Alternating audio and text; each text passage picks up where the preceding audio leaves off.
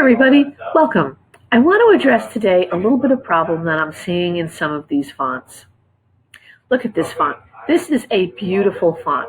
Look at how nice and crisp those corners are and how they've got that really interesting looking serif.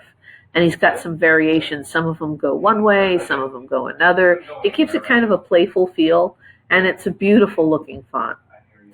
All of these letters look fabulous, except when you get over here to these jaggedy diagonals. All right, and this is not the only font that has this. Many of you have this same problem. And in fact, I too have this problem with this jaggediness. So I've been making myself nuts all weekend trying to figure out how do we go back and smooth that out. And I found some things that will help. I don't know if it's going to be easy to go back and redo every one, but I definitely want you to look at some of your letters and see if you can work with that new technique. We're not going to build the perfect font the first time out of the gate, but we want to pick up some tips and tricks. Here's another font. Gorgeous. Look at this. Look at this nice tail on that A, and how that B also has that repeating swoop, and all of the curves. This is a lovely font. And then you get to here, and it looks like a staircase. Same thing with that B. So how can we smooth that out? Let's look at a capital letter Z. All right. Now, if you are drawing in your workspace and you've got a nice big grid, which is what I was using to build mine, it's going to be very difficult. So let's make some changes to our workspace. The first thing I'm going to tell you to do is to zoom yourself out a little bit.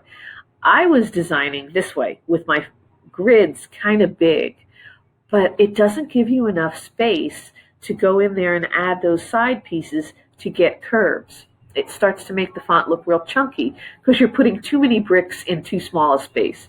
So first thing you need to do is zoom yourself out. I find it better to be out actually like this, where it almost looks like graph paper, than as tight as it was before. Zoom out. The next thing that you can do is to turn on a couple of the guides that are available here in Fontstruct. If you go to your menu and view, you want to turn on letter width, and that's going to put an extra guide, and the first letter that you make, it's going to have that width there, and it's going to show you how wide it is. So you can use that as a reference for all of your other letters. Next thing I want to turn on is adjacent character, and that will show you whatever other letters you've made so that you can also have a little visual reference. And the last thing that I like is extra guides. See, if you hover over it, you can move it.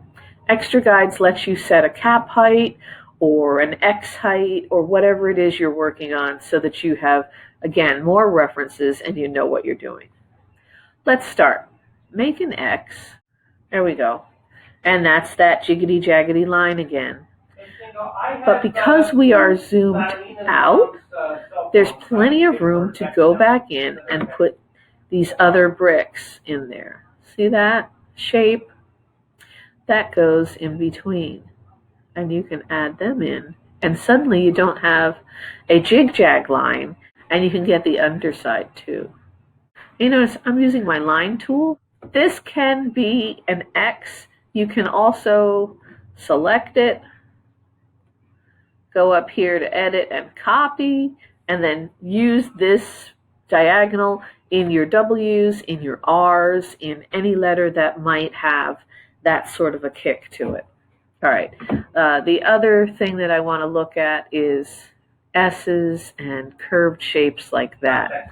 S is probably the hardest letter. It's one of your control letters. That's like the challenge letter. And S helps to give your whole font character like a uniqueness because it is such a very difficult letter to draw. And again, I like to be zoomed out.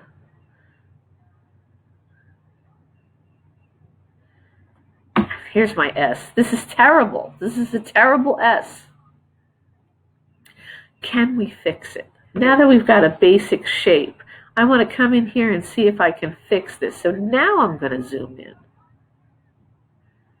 And I want to look at these things. Can I use my same tricks and fill that in? It kind of a little bit, but still it's difficult. I might need to travel down in the bricks area and see if I could find other ones that are at angles that might be better. And it's really going to take a little bit of detective work to find the right angle for this.